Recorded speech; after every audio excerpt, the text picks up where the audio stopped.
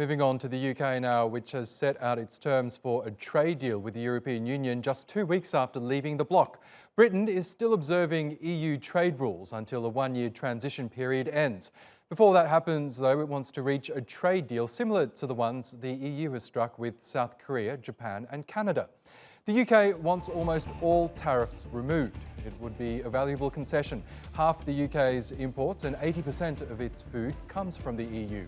But Brussels says the elimination of import taxes are conditional on reaching an agreement on fishing rights.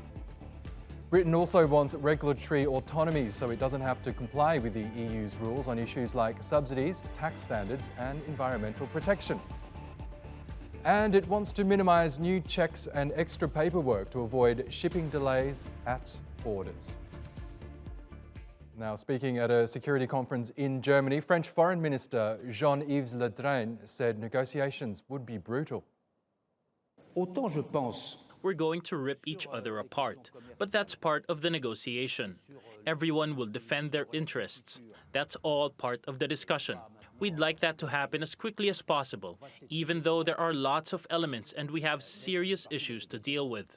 I have one in particular that you know about, which is the issue of fish. But that's not the issue at hand now. But on the issue of security, I think we need to take note of what's in our common interest and our common desire to move forward. Well, for more on the upcoming trade deal negotiations, I'm joined by political analyst Pieter Cleppe in Brussels. He's the head of London-based think tank Open Europe's Brussels office. Welcome back to the program, Pieter. Now, the French foreign minister issued quite an ominous warning, saying that the two sides, the UK and EU, are likely to rip each other apart over these negotiations. Do you think that will happen? We are very much, I would say, in the stage of both sides taking very tough positions.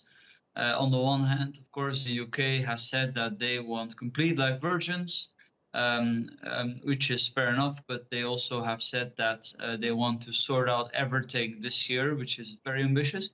Then, of course, we have the EU side, and particularly France, which is also taking quite radical stances.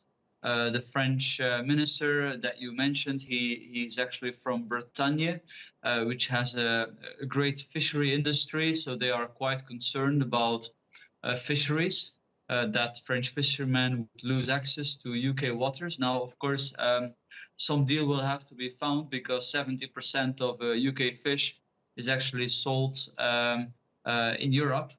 So both sides have an interest in coming together here. They do, but it's not really an equal playing field, isn't it? Because now it's the UK economy versus the massive EU economy. So do you think in this case the EU has quite a large, a significant upper hand here? I'm happy to concede that the EU has overall an upper hand, but I do think that people often exaggerate this. I give an example. If there would be a cliff edge at the end of this year, if a lot of trade would become illegal and a lot of businesses would be hurt, let's say if that leads to 20,000 job losses in Germany in the car manufacturing industry, can you imagine that Angela Merkel would say, hey, this is very sad, but the good news is that there are 100,000 job losses in the UK. Of course, nobody in Germany would care about that. They would care about German job losses. So that's why I think sometimes that argument is overblown. Both sides have great interest in trade being undisrupted. And in order for that to happen, we really will need flexibility on both sides. We will need the UK, I think, to be open to align to a certain degree and then to diverge in the future gradually, step by step.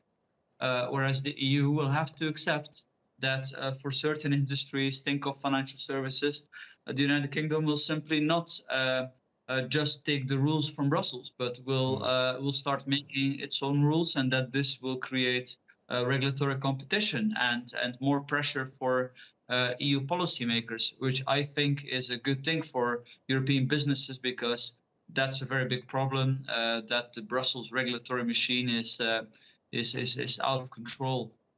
Okay, Pieter Cleppe, we will have to leave it there, but all eyes, I'm sure, will be glued to these negotiations when they begin. Thank you, as always, for your analysis.